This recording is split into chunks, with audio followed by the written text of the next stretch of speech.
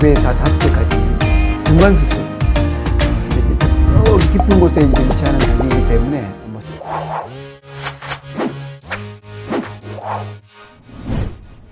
안녕하십니까. 저는 군의감센터의 비뇨기감센터에서 전립선암을 주로 담당하고 전립선암의 수술과 항암 약물 치료를 담당하고 있는 정재영이라고 합니다.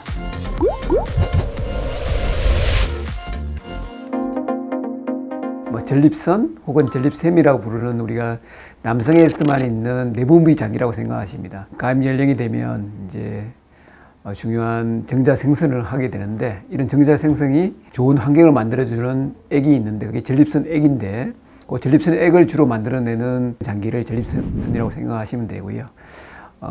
이제 젊은 나이에 혹은 가임기 남성한테 가장 중요한 거고, 연세가 드시면은 이제 전립선 비대증이 생기면서 소변 보는데 좀 곤란한 그런 상황을 만들게 되고요. 조금 더 나아가서는 전립선 암이 발생하는 그런 측면에서 중요한 장기라고 생각하시면 될 것 같습니다. 쉽게 말씀드리면 60대는 60%가 전립선 비대증이 있고 70대가 되면 70%가 있다고 얘기하는 것처럼, 연세가 드시면서 전립선은 개인적인 차이는 있지만 전립선 비대, 전립선이 증식이 되는 그런 게 정상적으로 일어나는데 개인 차이가 많이 있습니다. 전립선 비대증이 좀 심한 분들은 소변 보는 변효 곤란 증세로 인해 가지고 좀 더 고통을 받게 되고, 그래서 아까 60대에서 60% 정도로 말씀드린 것처럼 연세가 드시면서 아주 흔하게 발생하는 그런 현상이라고 생각하시면 되고, 그게 조금 심한 분들은 비대증으로 인해서 변효 곤란을 호소하시게 되고, 그로 인해서 이제 병원에 오시게 됩니다.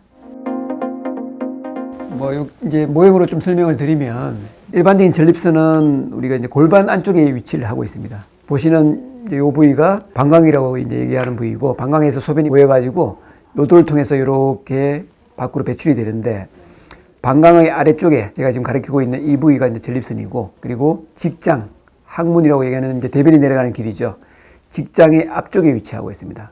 남성의 이제 골반 구조에서 아주 깊이 치골의 제일 끝단에 이제 위치하고 있기 때문에 개복을 했을 때 바로 표면에서 확인할 수 있는 장기가 아니고, 하복부를 절개하고 방광을 뒤쪽으로 젖히고 난 뒤에 들어가야지만 보이는 게 전립선입니다. 이전에 이제 개복 수술밖에 없는 경우에는 접근하는 게 굉장히 힘들고, 저기 깊은 곳에 이제 위치하는 장기이기 때문에 수술할 때 시야 확보도 힘들고 출혈도 많이 생기고 그런 문제가 많이 있었던 장기입니다. 미국, 호주, 뉴질랜드 그리고 유럽 전체를 이제 묶어서 얘기하면 남성에 있어서 가장 흔한 암이라고 생각합니다. 특히 이제 백인들 같은 경우는 피부암이 많죠. 피부암이 빈도가 제일 많고, 그 다음에는 전립선암입니다. 전립선암이 가장 많고, 국내에서도 전립선암이 이제 계속적으로 빠르게 증가하고 있는 암입니다. 이제 2019년 데이터를 저희들이 국립암센터 중앙암등록본부에서 이제 발표를 했죠. 남성에서만 있는 암이기 때문에 남성에서 폐, 위, 대장에 이어가지고 사이암으로 이렇게 이제 위치를 하고 있고요. 이런 발생 빈도는 계속적으로 증가하고 있는 그런 패턴이고, 우리나라도 이제 곧 남성에 있어서 가장 흔한 암 중에 하나가 되지 않을까 하는 게 저희들이 생각하고 있습니다. 전립선암은 이제 특징적으로 호발하는 연령이 있습니다. 그 연령으로 갈수록 이제 발생률이 기하급수적으로 올라가는데, 대개 60대 이후에 호발하는 암으로 되어 있고요. 60대보다는 70대가 많고, 특별한 가족력이라든지 유전적 소인이 없는 경우에는 대개는 이제 55세 이후에 점차적으로 증가하는 암이기 때문에 조기 진단을 목적으로도 그렇게 연령을 조금 한정을 해서 검진이라든지 이런 거를 권고드리고 있습니다. 모든 암들이 다 비슷합니다. 어떤 특정한 위험 요인이 있는 암들과 특정한 유전적 요인이 있는 암들이 있고, 그 다음에 환경적 영향이 있다고 이제 얘기하는 것들이 이제 크게 세 가지로 얘기를 하는데, 전립선암은 현재까지 알려져 있는 특정한 위험 요인이 없습니다. 그래서 이제 대개 연세가 드시면서 많아지는 걸로 봐서 남성 호르몬이 이제 관여를 할 것이라고 이제 생각을 하고 있고요. 제일 위험 요인은 사실은 연령입니다. 고령으로 갈수록 많아진다는 거 하나 하고, 최근 들어와서 이제 전립선암의 유전적인 연구들이 많이 이제 보고가 되면서 전립선암도 호발하는 이제 유전적인 소인이 있다고 얘기를 합니다. 가족력이 높은 분들은 가족력이 없는 분들보다 2배에서 5배까지 흔히 발생하는 것으로 되어 있고, 최근에 유전자들에 대한 연구들이 이제 발표가 되면서 브라카 유전자라고 얘기하는 BRCA 유전자가 있는데, 여성들한테 유방암, 난소암, 자궁내막암, 그 가계도의 남자 쪽이 전립선암입니다. 그래서 이 브라카 유전자가 최근 들어와서 이제 각광을 받고 있죠. 이제 관심을 일으키고 있는데, 이 연구가 계속 되면 될수록 이제 전립선암도 특정 유전자 변이에 의해서 위험도가 올라가는 게 밝혀지고 있고, 그런 유전자 변이가 있는 분들은 그에 합당한 표적 치료제가 지금 또 개발되고 있습니다. 어머님 쪽으로, 모계 쪽으로 이모, 어머니 혹은 어머님의 남자 형제들, 외삼촌 이런 분들이 아까 제가 말씀드렸던 여성암이라든지 전립선암이 있으면 브라카 유전자의 변이가 있을 가능성이 굉장히 높아지는 거고, 그 외에는 이제 부계 쪽에 아버님, 큰아버님, 작은아버님 이런 부계 쪽에 전립선암이 있는 경우에서도 아직까지는 밝혀지지는 않았지만 이런 가족력이 없는 분들에 비해서 많게는 한 5배 이상 전립선암의 발생 위험이 증가하는 것으로 되어 있습니다. 그래서 이제 모든 암들이 관련해 있는 양성 질환이 염증이라고 이제 얘기하는 어떤 염증성 질환이 암을 유발하지 않을까 해서 염증과 암의 상관관계를 굉장히 많이 연구를 하고 있습니다. 휴먼 파필로마 바이러스라고 하는 인간 유두종 바이러스에 의해서 요도염이라든지 염증이 계속적으로 반복적으로 일어나면 음경암이 발생한다. 그렇게 이제 얘기를 하고 있거든. 그런데 원인과 결과관계가 확실하게 있는 암들입니다. 그것처럼 근데 전립선암은 전립선염이라고 있지 않습니까? 급성 전립선염이 있고 만성 전립선염이 있는데, 이 전립선염으로 인해서 전립선암이 발생하지 않을까 하는 굉장히 많은 연구가 되었는데, 하나의 소인으로 작용할 수는 있어도 직접적인 원인 결과관계를 규명을 못했습니다. 그래서 현재는 전립선염이 일반적인 만성 전립선염, 일반적인 급성 전립선염이 전립선암을 유발한다고 생각하지 않고 있습니다. 그런 직접적인 근거는 없습니다. 물러난 성생활이라든지 그런 것들이 전립선암을 유발시킨다는 것은 전혀 근거가 없고, 또 한 가지 이제 남성들에 있어서 한 가지 이슈가 됐던 게 정관수술. 이제 정관수술을 이제 우리 더 이상 애교를 원치 않아 가지고 피임의 한 가지 좋은 방법으로서 정관수술을 받은 분들한테서 이상하게 전립선암이 많이 발생하더라 하는 역학 연구가 한번 보고된 게 있습니다. 그래서 조사를 해보니까 실제 그런 직접적인 원인과 결과관계는 없고, 한 가지 어떤 특정한 인구권에서 그렇게 이제 역학 연구가 나온 거지, 전반적으로 봤을 때는 이런 정관수술도 전립선암의 위험 요인은 아닌 것으로 최종적으로 결정이 났습니다. 우리 젊은 남성들이 그 스테로이드 과 복용이 조금 문제가 되거든요. 아직 원인과 결과관계는 안 좋습니다. 그렇지만 정상적인 호르몬의 향상성을 밸런스를 저해하는 스테로이드, 아나볼릭 스테로이드라고 얘기하는 뭔가 근육을 올리기 위해서 사용하고 있는 그런 스테로이드는 건강에 절대 좋은 게 아닙니다. 그런 것들도 전립선암을 유발한다고는 알려져 있지는 않지만 일반적인 건강을 유지하는 데 있어서는 조금 지양해야 되지 않을까 생각합니다. 제가 이제 하루에 전립선암 환자들을 많이 진료를 하고 있지만, 대부분의 환자들은 요즘 이제 조기 검진 프로그램이라고 얘기해서 개인이 이제 검진센터를 방문한다든지 특정 혈액 검사를 통해서 전립선암 의심 소견을 이제 발견할 수가 있는데요.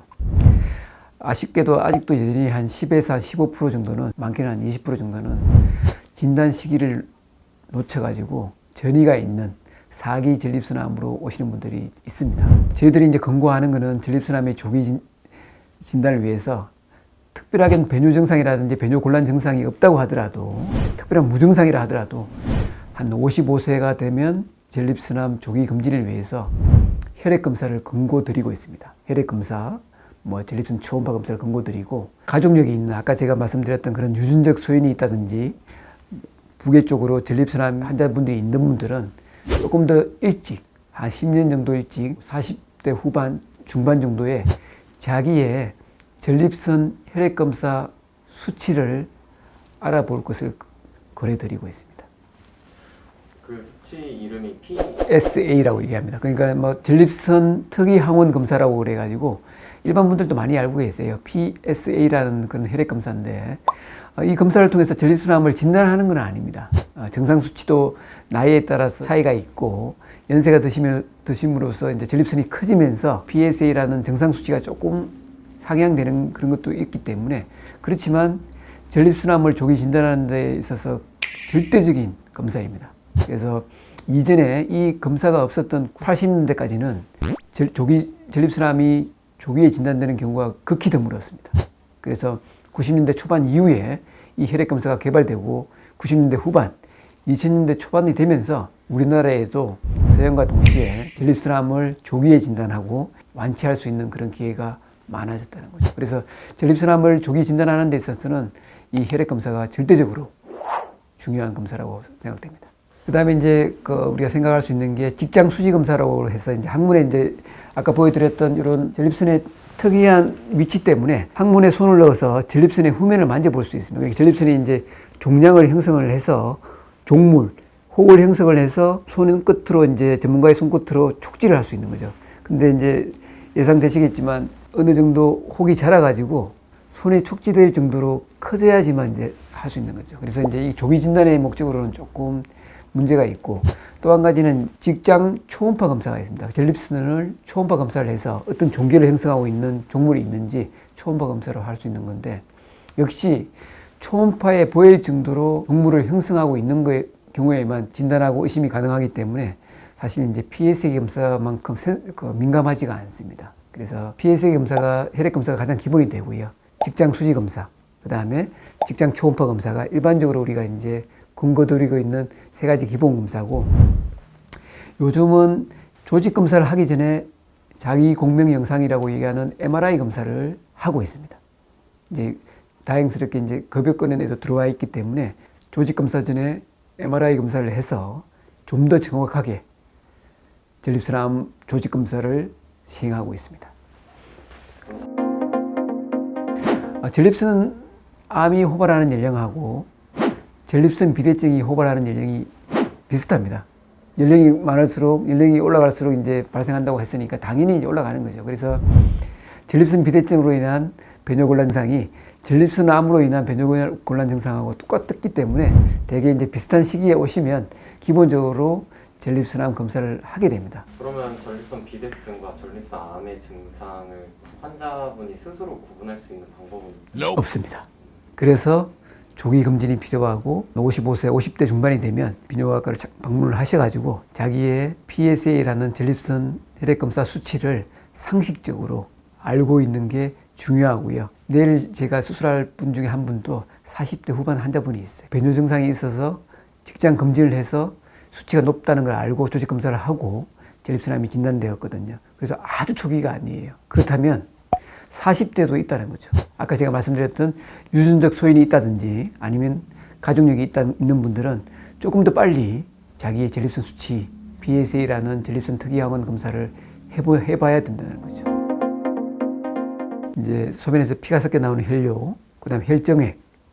혈정액은 이제 사정시 나오는 정액에서 혈정액이 이제 피가 섞여 나오는 거죠. 이건 처음 보면 깜짝 놀랍니다. 검게 나오고 붉게 나오는데 전립선 뒤에 이제 전립선액을 저장하는 정낭이라는 구조물이 있습니다. 그 정낭에 혈액이 이제 고여 있다가 시간이 지나면 검게 변합니다. 그게 나중에 사정할 때 나오는데 그걸 보면 이제 깜짝 놀라죠. 혈정액은 전립선암의 하나의 증상이 있을 수 있다는 거지 혈정액이 있다고 해서 전립선암이 있다는 건 아닙니다. 코피가 자주 나는 분들이 있지 않습니까? 코피가 난다고 해서 비인두암, 인두암이라든지 코 안에 비강암이 있는 게 아니지 않습니까? 대개의 혈정액의 흔한 원인은 다른 원인입니다. 비정상적으로 돌출되어 있는 혈관 때문에 그 사정할 때 압력 때문에 그 혈관이 터지면서 피가 나는 거예요. 그게 제일 많은 원인이에요. 환자분들이 깜짝 놀라서 오시는데 대부분은 정상이에요. 대부분 정상이기 때문에 걱정은 안 하셔도 됩니다. 그렇지만 혈정액이 있는 분들은 반드시 비뇨기과를 방문하셔가지고 드문 원인 중에 하나인 전립선암을 배제를 해야 됩니다. 과하게 나는 전립선암이라고 걱정할 필요는 없지만 반드시 방문하셔가지고 배제를 하는 그런 검사는 받으셔야 됩니다. 걱정을 덜기 위해 검사를 그렇죠. 예. 예, 지금까지 국립암센터의 전립선암을 치료하고 있는 정재영이었습니다. 동영상을 보시고 궁금한 점들이 있으시면 언제라도 댓글을 달아주시면 제가 시간 나는 대로 확인해서 댓글을 달아드리도록 하겠습니다. 감사합니다. 균형의 회복에 의해서 굉장히 중요한 구조물인데 실제 수술이 이루어지는 공간은 좌우 2, 3cm밖에 안 되는 그 공간에서 수술이 이루어집니다.